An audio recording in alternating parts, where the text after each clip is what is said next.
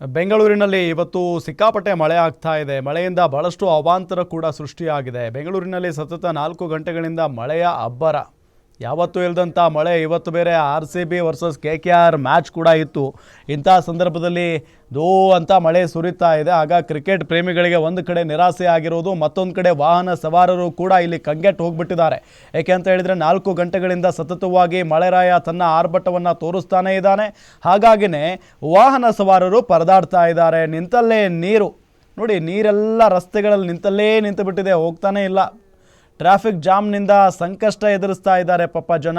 ನಗರದ ಹಲವೆಡೆ ಮನೆಗಳಿಗೂ ಮಳೆ ನೀರು ನುಗ್ಗಿದೆ. ಸರ್ಜಾಪುರ, ಕೋರಮಂಗಲ, ಸಾಯಿ ಲೇಔಟ್ ಜೊತೆಗೆ ಮಲ್ಲೇಶ್ವರಂ, ಮೆಜೆಸ್ಟಿಕ್, ಬ್ಯಾಡರಹಳ್ಳಿ, ಸುಂಕದಕಟ್ಟೆ, ತಾವರೆಕೆರೆ, ಕಾಮಾಕ್ಷಿಪಾಳ್ಯ ಸೇರಿ ಹಲವೆಡೆ ಬಹಳಷ್ಟು ಮಳೆ ಸುರಿತಾನೇ ಇದೆ. ನಿಮಗೆ ನಾವು ವಿಂಡೋದಲ್ಲಿ ತೋರಿಸ್ತಾ ಇದ್ದೀವಿ ನೋಡಿ, ಹೆಂಗೆ ಆ ರಸ್ತೆಗಳು ಕಾಣಿಸ್ತಾನೇ ಇಲ್ಲ. ರಸ್ತೆಗಳ ಅಥವಾ ಕೆರೆನ ಇದು ಅನ್ನೋ ನಿಟ್ಟಿನಲ್ಲಿ ಆಗಿಬಿಟ್ಟಿದೆ. ಬೆಂಗಳೂರಿನಲ್ಲಿ ಪ್ರತಿ ಬಾರಿ ಮಳೆ ಬಂದಂಥ ಸಂದರ್ಭದಲ್ಲಿ ಇದೇ ರೀತಿಯಾದಂಥ ಹಣೆ ಬರ ಇದ್ದೇ ಇರುತ್ತೆ.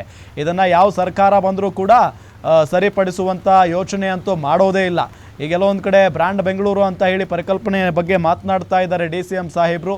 ಬ್ರ್ಯಾಂಡ್ ಬೆಂಗಳೂರು ಆಗುತ್ತೋ ಬಿಡುತ್ತೆ, ರಸ್ತೆಯನ್ನು ಸರಿ ಮಾಡಿಕೊಟ್ರೆ ಸಾಕಾಗಿದೆ ಈಗ ಜನರಿಗೆ.